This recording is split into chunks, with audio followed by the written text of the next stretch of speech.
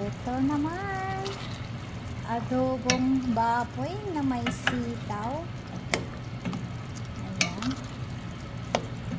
Maliliit lang ang slice yung baboy.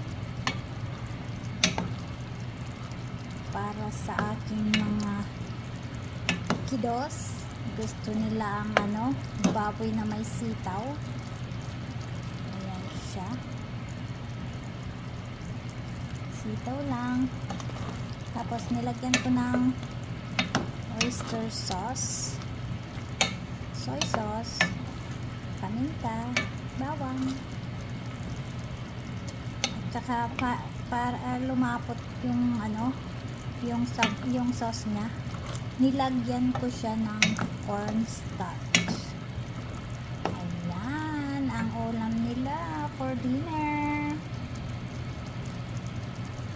Thank you guys for watching. Stay safe. Spread love, love, love to your family and friends and to everyone from Lovey Dovey Picchio.